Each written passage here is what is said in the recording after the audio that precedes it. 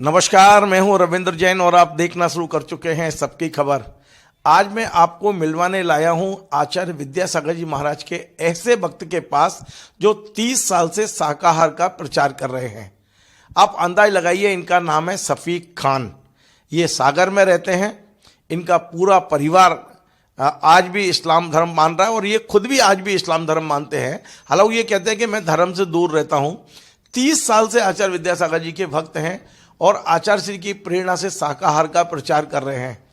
शायद आपको भरोसा नहीं होगा कि इनको भगवान महावीर इंटरनेशनल अवार्ड मिला है। शाकाहार के प्रचार के लिए 10 लाख रुपए का अवार्ड मिला है।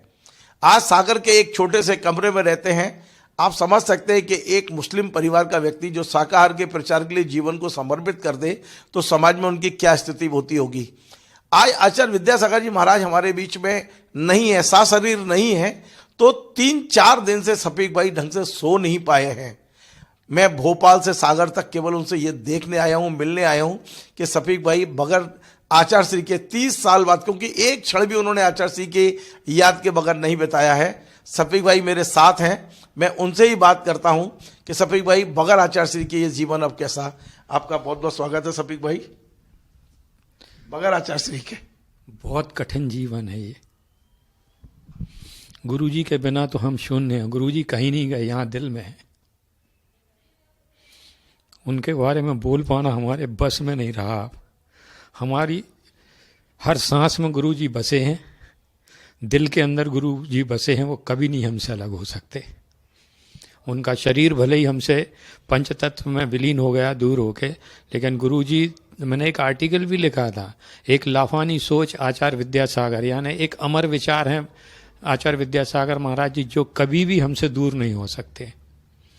और उनकी बदौलत जीवन की हर कठिनाई, हर मुसीबत से निपटते हुए आगे बढ़ा हूँ मैं। कोरोना काल में जहाँ हमारे बिस्तर के आजू बाजू में लोगों की मौतें हो रही थी, वहाँ हमें जिंदा बचाया तो गुरु आशीष ने। और मैं वहाँ पर भी मोबाइल में गुरुजी के प्रवचन सुनता था, अरहम योग करता था और भावना योग करता था, और बस 24 घंटे सूफियों को सुनना और गुरुजी को सुनना। और गुरुजी मेरे लिए एक सूफी फ़कीर की तरह ही हैं, और मैं तो उनको हमेशा अपना पिताजी ही बोलता था। मतलब सीधे ही मैं उनको कभी ऐसे बोले ही नहीं, सब हमेशा पिताजी नमोस्तु। मतलब मैं कह सकता हूं कि शफीक खान आचार्य विद्यासागर जी के मानस पुत्र हैं। बिल्कुल, इसमें तो कोई शक की बात नहीं है। हमेशा खुले मंच से जब भी माइक पे मैं गया हूँ वहाँ तो उनसे हमेशा ही पिताजी करके ही संबोधन किया है। कभी ऐसा नहीं हुआ कि, और बहुत बड़ी चीज़ ये है कि गुरुजी मुझे देखा, मुस्कुराया और हाथ उड़ जाता था उनका। 1 लाख आदमियों की भीड़ हो, 10 लाख आदमियों का जमा हो, लेकिन उन्होंने मुझे देखा नहीं और उनका हाथ मुस्कुरा के उड़ जाता था। नाम शफीक खान और काम शाकाहार का प्रचार, कितनी तकलीफ, कितनी अड़चने आती होंगी आपको। अब अड़चने ना समझ लोग होते हैं, वो नहीं समझते हैं। शाकाहार का अर्थ शांतिकारक, हानि रहित होता है। दुनिया में जो कुछ भी शांति रहित और हानिकारक, शांतिकारक, हानि रहित है, वही तो शाकाहार है। लोग उसको पता नहीं क्यों कट्टरपंथ के हिसाब से जोड़ लेते हैं, या हमारी समझ के बाहर है। थोड़ा समय लगेगा, लेकिन हमें मालूम है दुनिया जो है वो सुधरेगी। और अभी भी दुनिया हमारी अपनी है, हमें किसी से कुछ लेना देना नहीं है। जो मांसाहारी हैं, हमें उनसे भी बुराई नहीं है। वो हमारा निजी विचार ये है कि वो एक दिन जरूर सही रास्ते पे आएंगे। हम अपनी दुनिया को जल्दी खत्म कर रहे हैं मांसाहार अपना कर। अगर हम शाकाहारी हो जाएंगे तो हमारी दुनिया थोड़ी ज़्यादा समय तक चलेगी। ये दुनिया भी नश्वर है, हम भी नश्वर हैं। सिर्फ विचार अजर और अमर रह जाते हैं, जैसे हमारे गुरुजी जो विचार छोड़ गए, और वो तो हमारे लिए 300-350 जीवित धरोहर छोड़ के गए हैं। जो उनके संत हैं, उनके शिष्य हैं, वो जीवित धरोहर हैं गुरुवर आचार्य विद्यासागर की। अब हमें और समाज को, दुनिया को उनको सहेजना है। एक इस्लाम धर्म में जन्म हुआ और आपका पूरा लालन पालन जैन परंपरा में हुआ, लेकिन शफीक खान आज भी कहते हैं कि मैं किसी धर्म का नहीं हूं। सब कुछ हमारा अपना है, हर धर्म हमारा अपना और हर धर्म हमारा अपना नहीं है। धर्म को कट्टरता से मानना या नास्तिकता को कट्टर से मानना, ये मानसिक कमियां हैं लोगों की। ना समझिए, ईश्वर है या नहीं है ये हमें नहीं पता। हमारे पास कोई सबूत नहीं है तो उसको नमन है, और नहीं है तो हम जैसे हैं वैसे ही रहेंगे, हम आज आए हैं, हमें जाना है। तो इन दोनों के बीच में एक अज्ञेयवाद हुआ है कि हमें नहीं मालूम, हमें अपनी कमी को स्वीकार करना चाहिए कि हमें नहीं पता भाई कि ईश्वर है या नहीं है, या नास्तिकता सही है या आस्तिकता सही है। तो हमें ये रास्ता सच्चा है, हम अपने कमी को स्वीकार करें कि हम उस दायरे तक कभी पहुंच नहीं सकते कि ये दुनिया किसने बनाई है।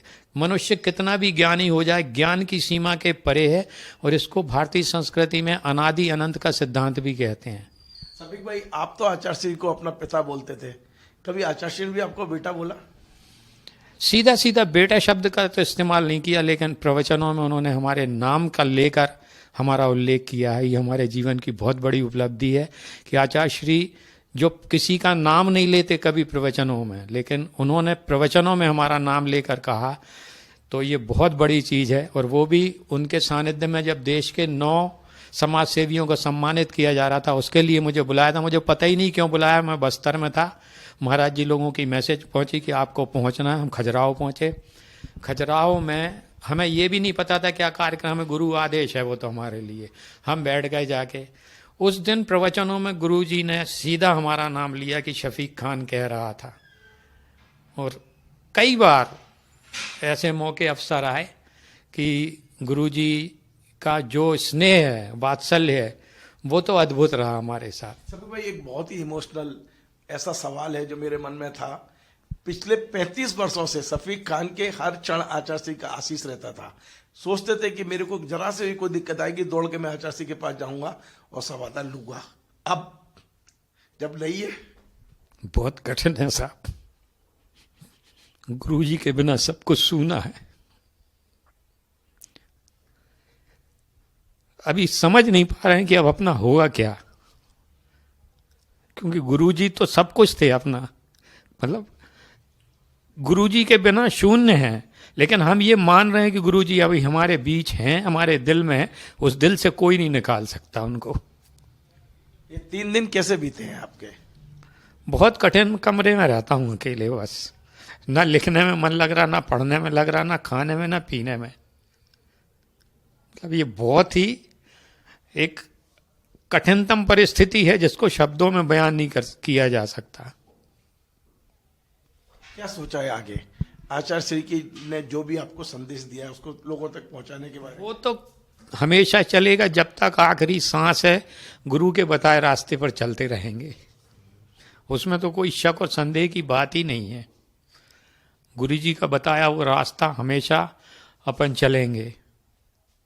ये जो आपने शाकाहार का प्रचार आचार्य श्री की प्रेरणा से किया था आपने, तो आपको जो इंटरनेशनल अवार्ड मिला है उसके बारे में कुछ बताएंगे? वो सब गुरु की कृपा है। जैसे लोगों ने नकारात्मक लिया हमारी सोच को, वैसा ही सकारात्मक पहलू भी आया उसका। तो सकारात्मक पहलू यह है कि अगर लोगों ने हमारे खिलाफ बोला, शाकाहार से असहमति जताई, तो शाकाहार से सहमति जताने वाले इतने ज़्यादा थे कि उन्होंने देश का सबसे बड़ा कैश प्राइज, जो कि नॉन टैक्सेबल है, 10 लाख रुपए का महावीर अवार्ड दिया। वो भी गुरुजी की कृपा थी। अगर गुरुजी की कृपा नहीं होती तो हम शफीक जैसे सैकड़ों शफीक पड़े हैं, अवार्ड नहीं मिल सकता था, सम्मान नहीं मिल सकता था। बहुत बड़ी बात है, उस अवार्ड ने हमारे जीवन की दिशा और दशा भी बदली। सफीक भाई, जो आपने अपने जीवन का रूपांतरण किया आचार्य श्री के सानिध्य में बैठ के, उसके बाद अपनी ही समाज और अपने ही परिवार से जो आपको धुतकार मिली या उपेक्षा मिली, उस बारे में कुछ कहना या बताना चाहेंगे? नहीं, कुछ नहीं, सब अच्छे लोग हैं। हमने अब बुराई देखना ही छोड़ दिया, हमें देखना ही। आप पे तो प्राणघातक हमले तक हुए हैं। हाँ, तो ठीक है, उन्होंने भी अपनी गलती स्वीकार की। फिर ऐसा नहीं है कि लोगों ने अगर कुछ गलत हुआ तो उन्होंने बाद में स्वीकार किया उसको, हमारे लिए तसल्ली है। आचार्य श्री ने एक समय एक वो चलाया था मांस निर्यात निरोध आंदोलन, कि मांस का निर्यात भारत से ना हो।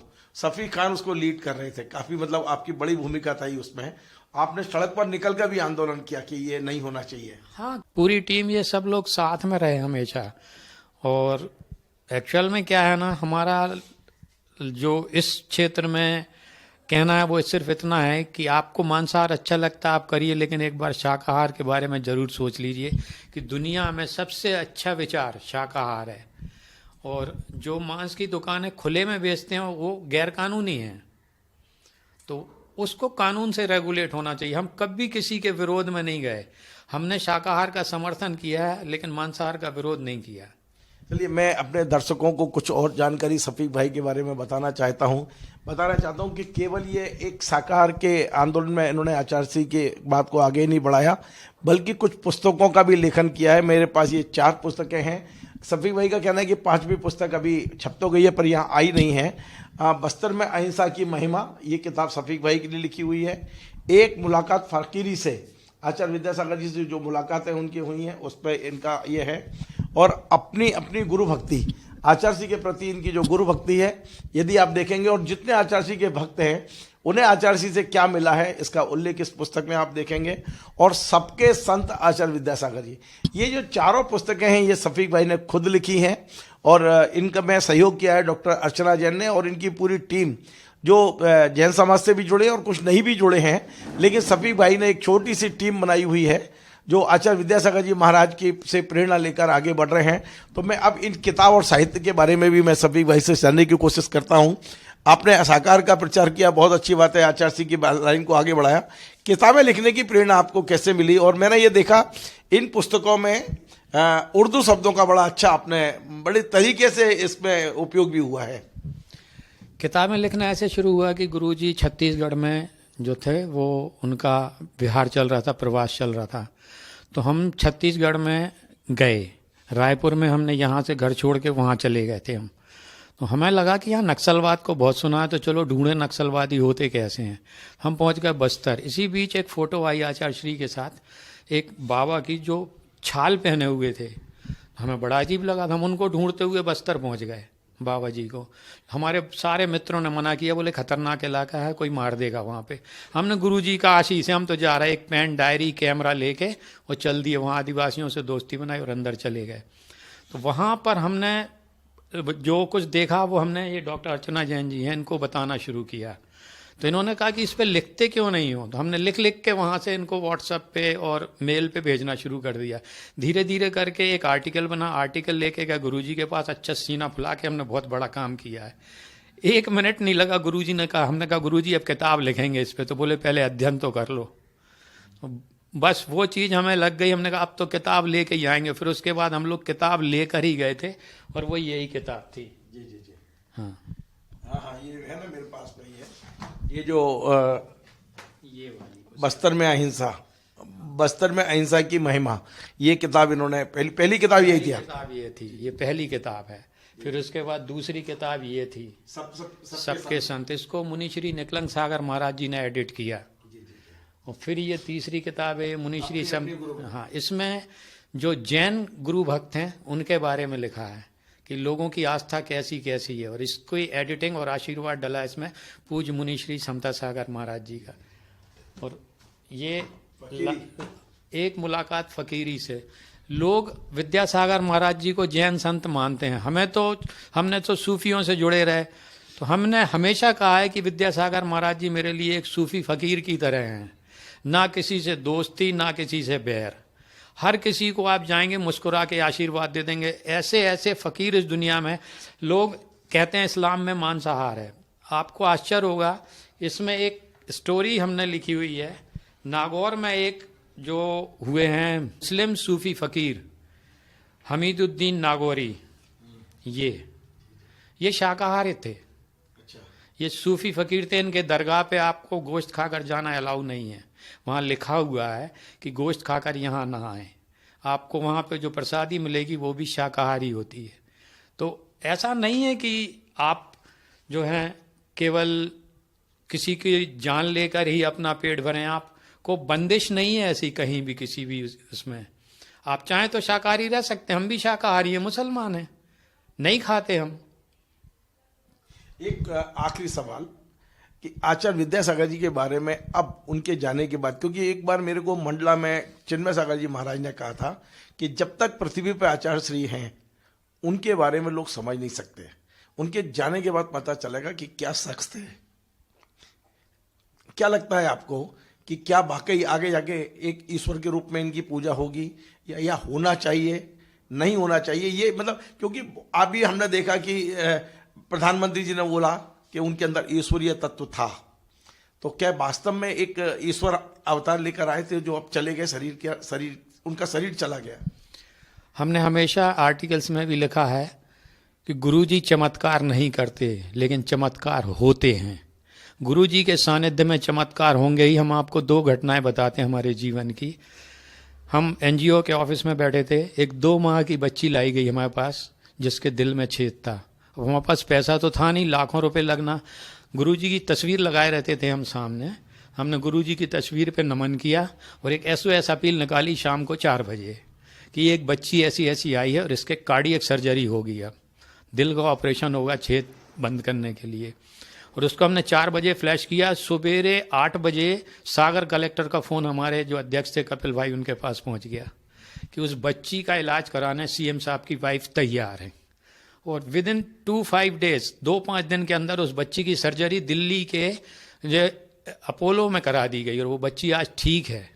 ये चमत्कार है गुरुजी का, जिसके पास एक पैसा नहीं था और उसका ऐसा इलाज हो गया। दूसरी घटना घटी, एक अंधा बच्चा आया हमारे ऑफिस में, उसकी दोनों आंखें खराब थीं, उसका ब्रेन की साइज छोटी थी, तो उसको ऑपरेशन करने को डॉक्टर्स तैयार नहीं थे, डर के मारे कि कहीं इसके ब्रेन में छोटा है और इसको एनेस्थीसिया दिया तो इसकी डेथ ना हो जाए। तो वही गुरुजी को प्रणाम करके शुरू, पैसे भी नहीं थे, हमने एक अपील निकाल दी। उसकी एक आंख का ऑपरेशन भोपाल में कराया, ठीक हो गई वो आंख, वो देखने लगा। दूसरी आंख का ऑपरेशन डॉक्टर अशोक सिंघई, यहाँ पे आंखों के बहुत बड़े डॉक्टर हैं, ये उनके भाई खड़े हैं सगे, तो उन्होंने फ्री में कर दिया। उसके तो हमें पैसे लगे थे, तो 17-18 हज़ार रुपये उस टाइम बहुत बड़ी रकम कहलाती थी। तो हमारे सब मिलने वालों ने दिए, विधायक जी ने दिए, सब ने दे के ऑपरेशन कराया। तो ये 2 चमत्कार तो हमारी नज़रों के सामने हैं, जिसको हमने लिखा है। और वो जो दिल में छेद था जिस बच्ची के, उसको हम गुरुजी के पास लेके गए, गुरुजी ने खूब आशीष दिया उसको। तो गुरुजी चमत्कार करें या ना करें हमें नहीं पता, वो तो बहुत बड़ी ताकत थे। लेकिन जैसे हम कहते हैं चमत्कार होते तो थे, जिसके उदाहरण हमारे सामने हैं, जो हमारी हैसियत के बाहर चीजें हुई हैं, तो गुरुजी चमत्कारी तो थे, उसमें तो कोई शक और संदेह है नहीं। हम तो जीवित अवस्था में उनके समझ गए थे और अभी भी हमारा मानना है उनका शरीर गया है, गुरुजी कहीं नहीं गए, गुरुजी यहाँ हैं। चलिए, बहुत बहुत धन्यवाद।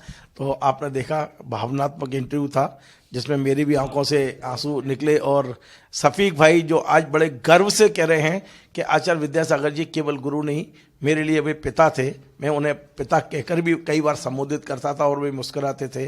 उनका कहना है कि आचार्य जी ने कभी चमत्कारों को महत्व नहीं दिया, लेकिन वे चलते फिरते चमत्कार थे, जिस तरह का आज शफीक भाई ने बताया। केवल इनके पास आने का उद्देश्य यह था कि ये बताना कि आचार्य विद्यासागर जी महाराज केवल जैनों के नहीं बल्कि वे जन जन के संत थे। आज वो शरीर से नहीं है, तब उनका महत्व लोगों की समझ में आएगा। निश्चित तौर पे आपको हमारा ये कार्यक्रम पसंद आया, इसे शेयर करें, लाइक करें, कमेंट करें और आपसे बार बार निवेदन है हमारे इस चैनल को सब्सक्राइब अवश्य करें। धन्यवाद।